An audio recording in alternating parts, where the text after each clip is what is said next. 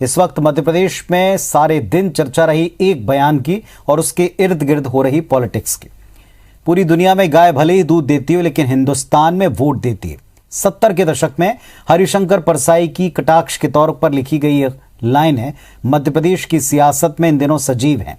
गौपालन एक बार फिर सियासत के केंद्र में दिखता है। बीजेपी सरकार के कैबिनेट मंत्री हरदीप सिंह डंग चाहते हैं कि चुनाव वही लड़े जो गाय पालता हो।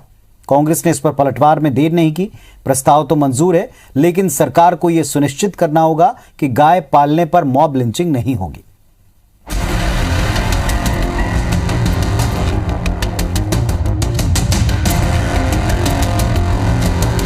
ये मध्य प्रदेश की हकीकत है। एक तरफ जहां कई जिलों में बाढ़ की बर्बादी साफ नजर आती है तो कोरोना की तीसरी लहर का डर भी बरकरार है।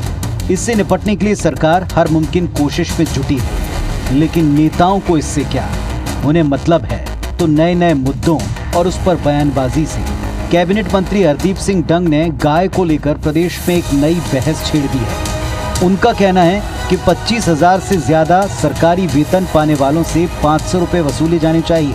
खेती किसानी का सामान बेचने वालों के लिए गाय पालना अनिवार्य हो। जो भी जनप्रतिनिधि चुनाव लड़ना चाहता है उसके लिए भी गौपालन जरूरी है और ऐसा न करने वालों के फॉर्म चुनाव आयोग निरस्त कर दे।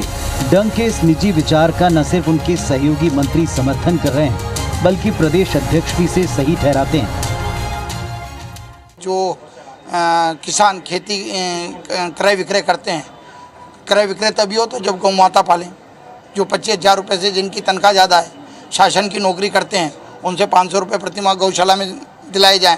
और जो जनप्रतिनिधि चुनाव लड़ना चाहता है तो उससे गौ माता पाले, उसे चुनाव लड़ने का अधिकार और उसका फॉर्म रिजेक्ट कर दिया। ये मेरी व्यक्तिगत मांग है। हर आदमी गाय पालेगा तो स्वस्थ रहेगा, दूध पिएगा।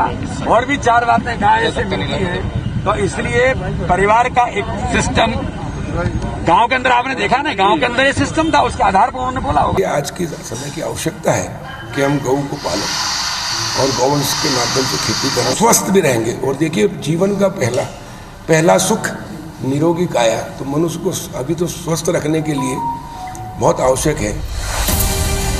मध्य प्रदेश में गाय हर चुनाव में दोनों पार्टियों के लिए अहम मुद्दा रही है। 2018 विधानसभा चुनाव में कांग्रेस ने अपने घोषणा पत्र में ये वायदा किया था, हर ग्राम पंचायत में गौशाला खोली जाएगी, चिन्हित क्षेत्रों में गौ अभ्यारण्य बनाए जाएंगे, इनके संचालन और रखरखाव के लिए सरकार अनुदान देगी। गौशाला में गोबर, उपले, गौमूत्र और अन्य वस्तुओं का व्यावसायिक स्तर पर उत्पादन कराया जाएगा। गौवंश संरक्षण और देखभाल के लिए अस्थायी शिविर की व्यवस्था भी की जाएगी। दुर्घटना में घायल गायों के उपचार और मृत गायों के अंतिम संस्कार की व्यवस्था भी करवाई जाएगी। वैसे कांग्रेस की सरकार प्रदेश में 15 महीने तक रही।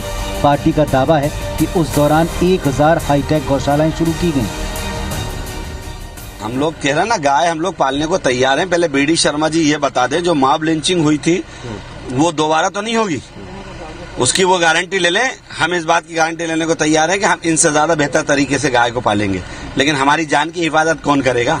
कमलनाथ जी ने जो सबसे बड़ा काम किया था कि मध्य प्रदेश में 1000 गौशालाएं बनाई थी और उसका उद्देश्य ये था कि जो सड़कों पर गौ माता रहती है उसको संरक्षण मिले, उसको स्थान मिले। तो कमलनाथ जी की सरकार ने तो ये किया है। अब डंग जी भारतीय जनता पार्टी में, तो मुझे उम्मीद है कि वो अपनी बातों को शिवराज जी की सरकार से मनवाएंगे। जाहिर तौर पर दोनों पार्टियों की निगाह बहुसंख्यक वोट बैंक पर है, जिसे अपने पाले में रखने के लिए खुद को गाय हितैषी सिद्ध करने की होड़ है। अगले कुछ दिनों में प्रदेश में 1 लोकसभा और 3 विधानसभा सीटों पर उपचुनाव हैं, जिन्हें 2023 विधानसभा चुनाव से पहले एक सेमीफाइनल के तौर पर देखा जा रहा है। ऐसे में गाय और गौपालन का मुद्दा उठना बहुत हैरान नहीं करता।